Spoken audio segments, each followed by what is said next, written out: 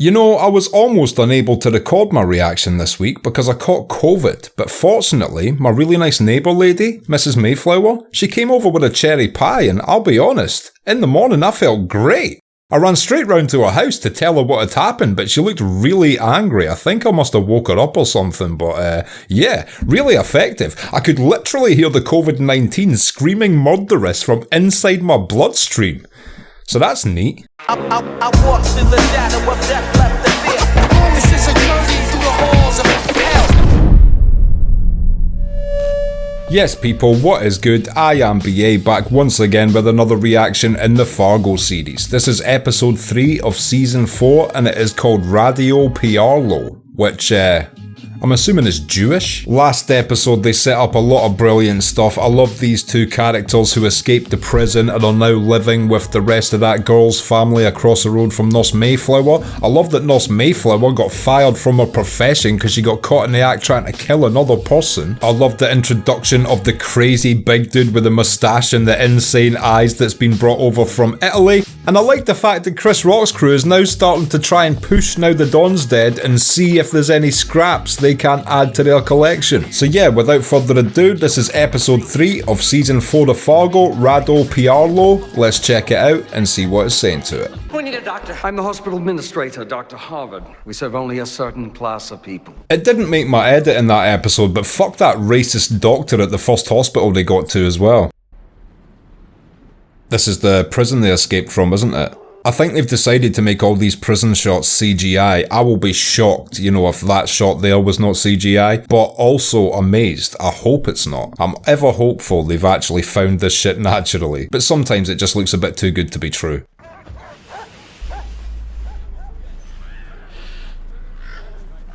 Oh shit, and it is Timothy Olyphant. That's so cool that Timothy Olyphant's been added to the already amazing ensemble cast they set up in episode 1.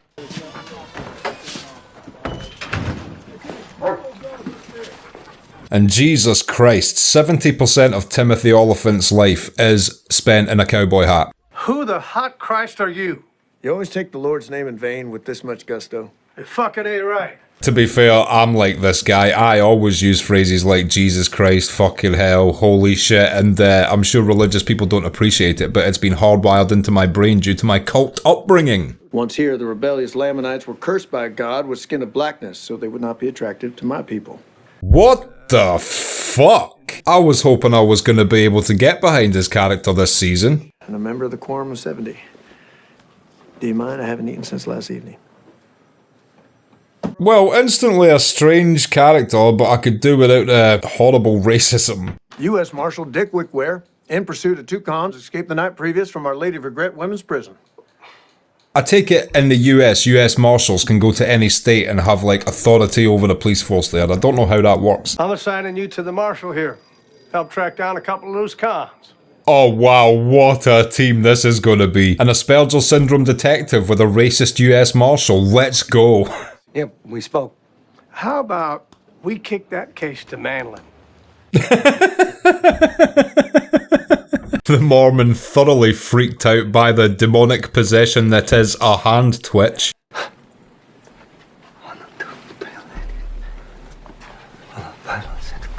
This is going to be such an interesting combination, wow. But I feel like that last scene had to be a flashback because the end of the last episode started with the raid on the household, which I'm hoping is going to interrupt the consummation of the pie. Is that the right word? It sounded like the right word. It sounds like an extension of consume, do you know what I'm saying? But I've probably fucked it right up. Why don't we step outside and see who gets nervous? How's that? The detective was ready to throw down there. Caught him trying to peddle to China. Which, can you picture a Mexico man washing up in China? Yeah, it's a recipe for comedy gold. Cheech and Chong are cast away. Makes more sense to me than clam chowder. Yeah, we'll get it done. I got a real case to work. Is there a reason why he would be being such an asshole to the US Marshal? Obviously he's a bit corrupt, so he probably doesn't want someone breathing down his neck like this, is that why? Oh my god.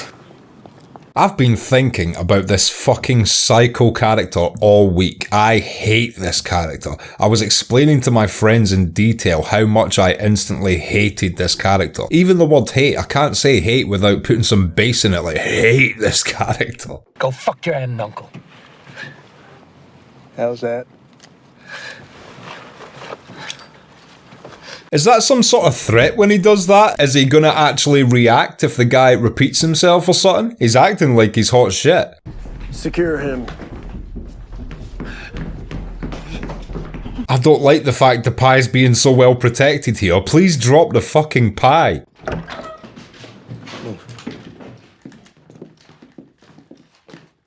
These women are gonna get caught if they stayed in the house. I hope they just jumped out the back window or something. They're the only people protecting this family from North Mayflower. Start a search. Residence is upstairs. They run a mortuary in the basement.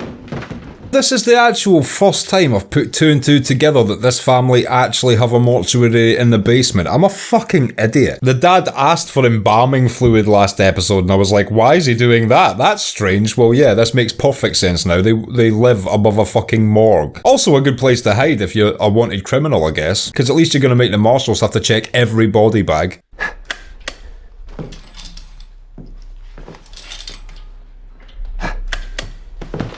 Oh, he does the light switch thing as well. It's nice to know he variates between the light and the door knock, because one would just get so boring after a while. Little breathe in as well, some style points to it.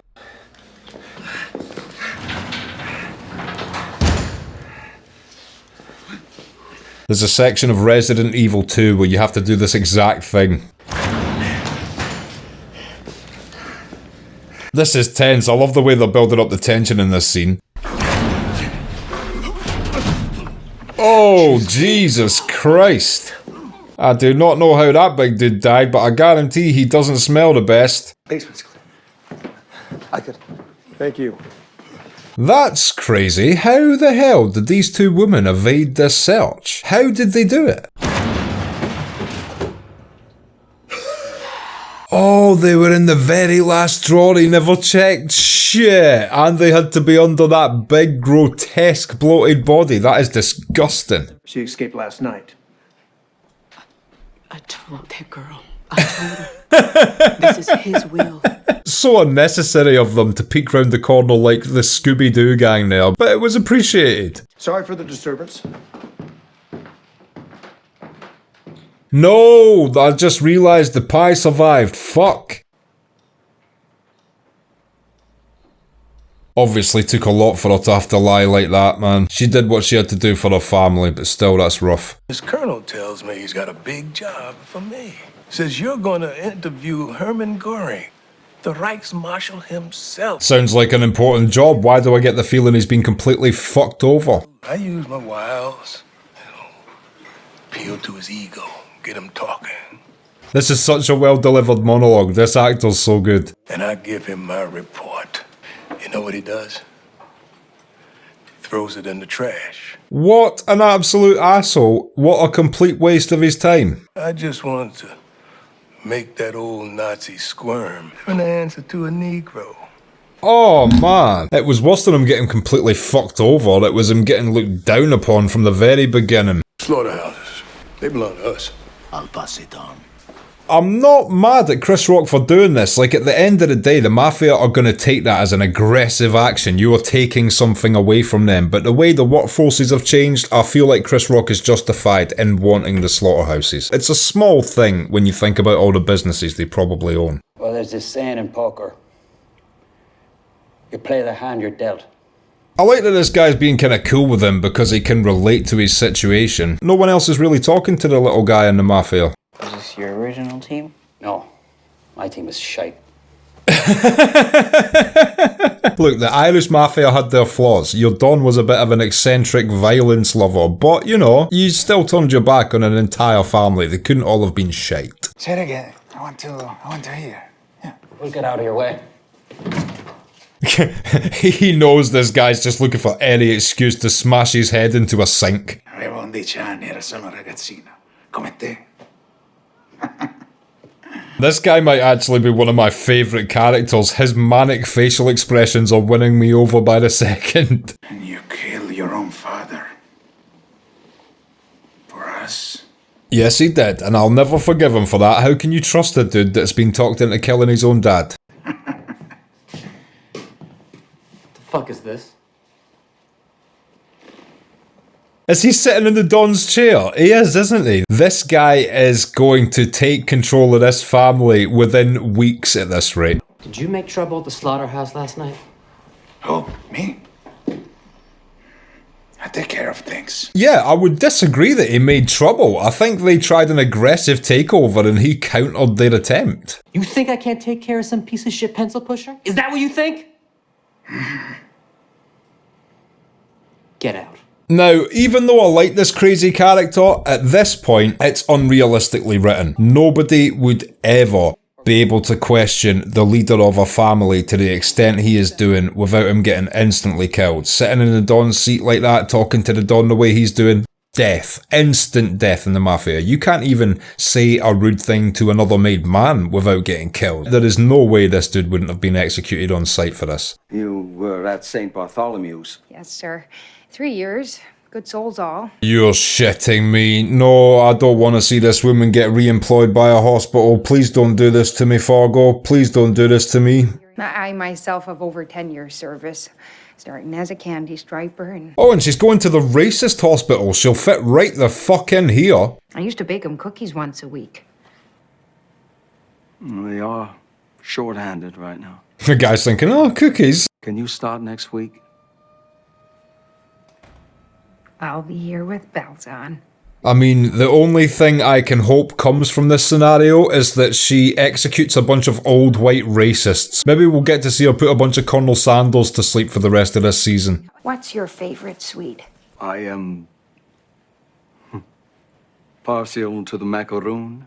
Oh my god. Are you partial to the macaroon or are you fucking racist cock? I don't like to think racists have moments like that where they get to think about their own indulgences proudly and have a little smug look on their face thinking about a dessert. Fuck you. You're racist. You don't get that. Partial to a macaroon. Fuck off. You're partial to a clan rally, sir. But after our encounter the first and then again at the funeral, I said to myself, this one's different. Who are you? She wants to have a relationship with him now? What? Maybe this will refresh your memory. Keep talking.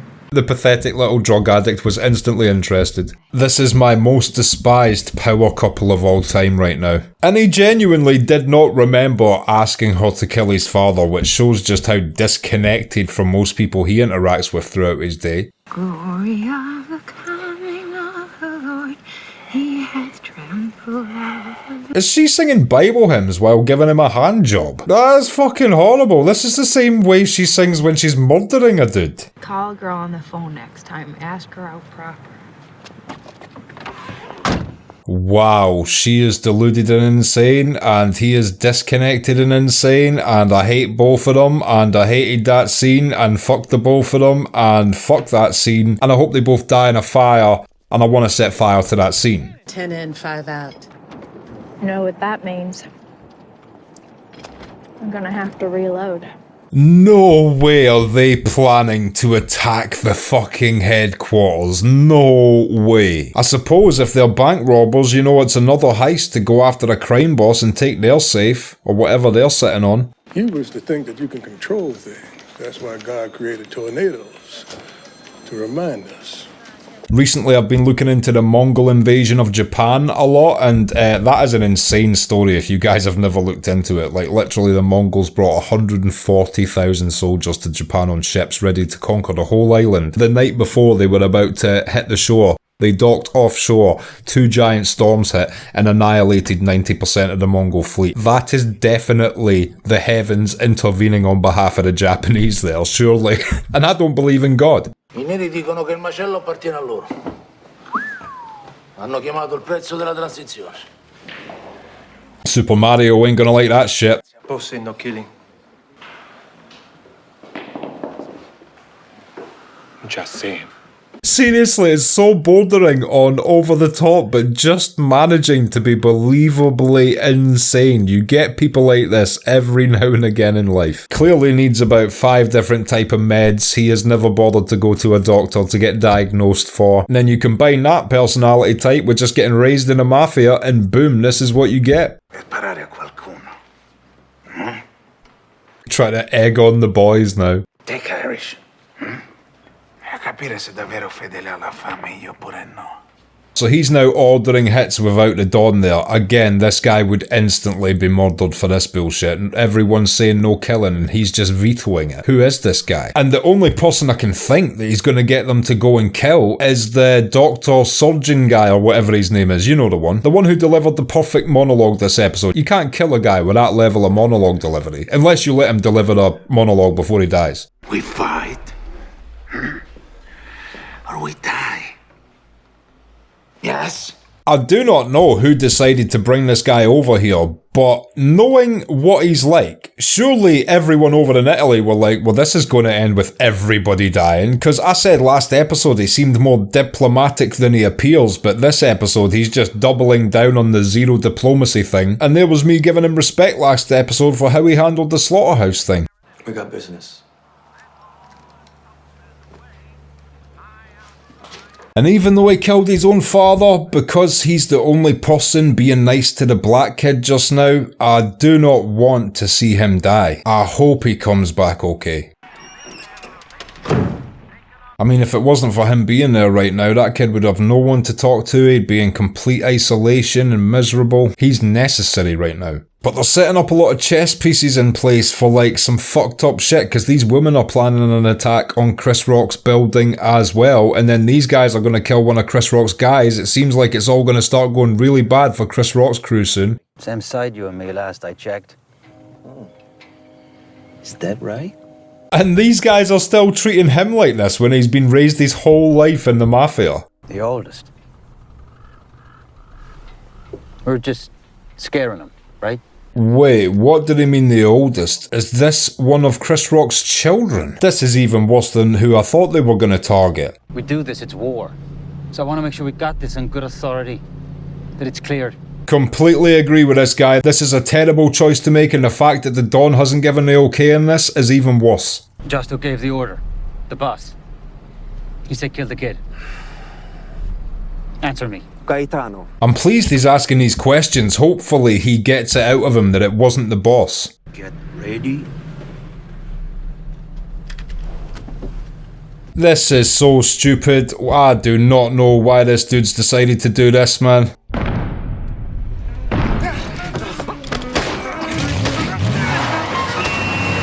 Yes! Oh man, I don't care if they see that Irish guy as a traitor. He stopped a war there. Maybe I tell Justo his brother's giving orders like he's boss and you're taking him.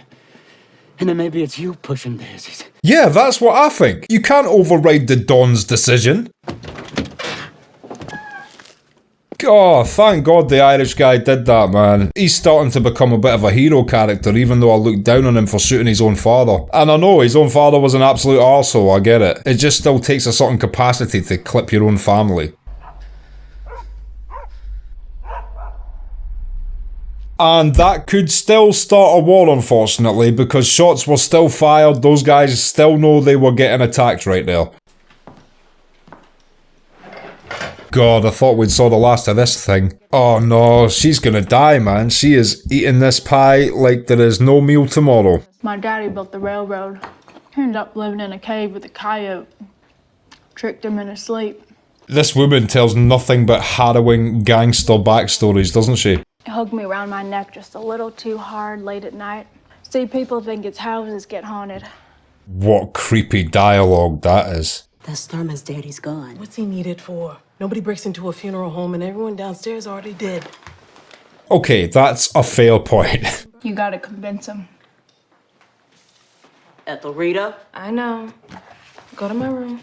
There's like a theme this season of just poor people having to keep their heads down in chaotic environments, isn't there? With the whole crime family trade-off thing and the way this girl has to live her life right now.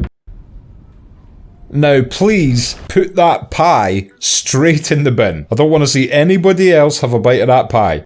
You smell like dessert. They look really comfortable. I think I ate too much pie. Not again? What? I knew this was gonna become a theme. Oh man. That's 2 out of 3 episodes now with a big fucking stupid fart in them. Jesus, really? Click clack. I don't even think they're here to help this family. They're just trying to get the information so they could rob this place for the money straight up.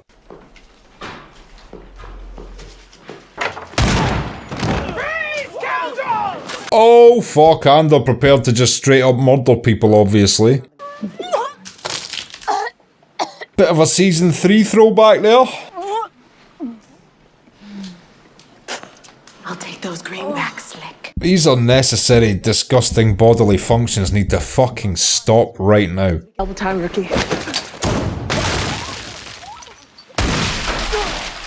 Holy fuck, who got shot there? Did that sister get shot?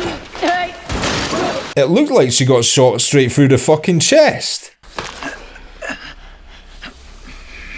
I guess not.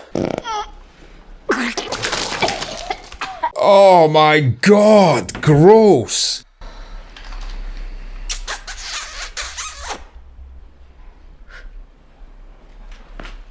That was the most aggressively blown kiss of all time. My other thought was, if that is how sick those few mouthfuls of pie made that woman, imagine what the whole pie would have done. Definitely would have been fatal. Like it or don't like it, don't matter. It ain't my business, I'm a music man. Now you're choosing to be ignorant. That's even worse if his son just wants to play music and he's being brought into all this bullshit. The Italians. 2 brawls. One of them threw up everywhere. Yeah, that'll be a confusing one. It would make more sense if it had been 2 attacks by the Italians initiating the war, but all this is just some confusing stuff to have to put together in my head if I'm Chris Rock. Was it the boss? Or was it the brother? Could be they're fighting with each other.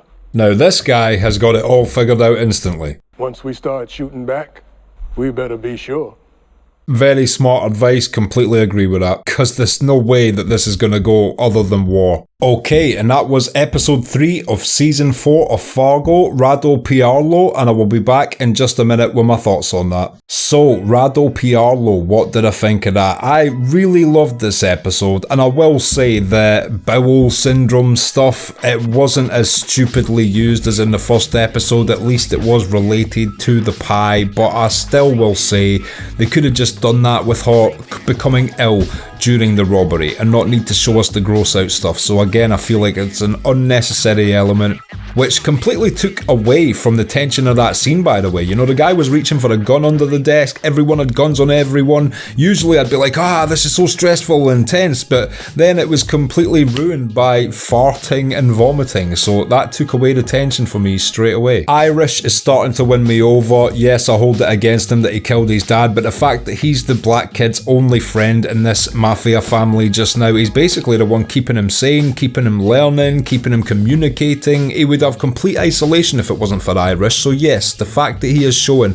consideration in a time where everyone else around him seems to be incredibly racist as well is of course very endearing, so I do like Irish, and the way he handled himself later on in the car literally stopped a potential full-out war. I still think this season is inevitably going to go that way, but he is desperately trying everything in his power to stop these people from making absolutely stupid decisions. Which leads me to the crazy chubby guy with a moustache. Again, I want to say I love his character, that absolute just teetering on the edge of exploding. It's actually out there in the world. You just come across people like that very rarely because they're usually medicated, but certain people who grow up in certain environments just don't fuck with doctors, so you get these unmedicated people into their 30s and 40s that are just clearly manic and not getting diagnosed. And that is how I would describe the portrayal of that character in this show. But it's a great character, but I was bigging him up last episode saying, he might actually be more good as a leader than I thought. No, this episode he proved himself to be an idiot. First of all, that scene in the Don's room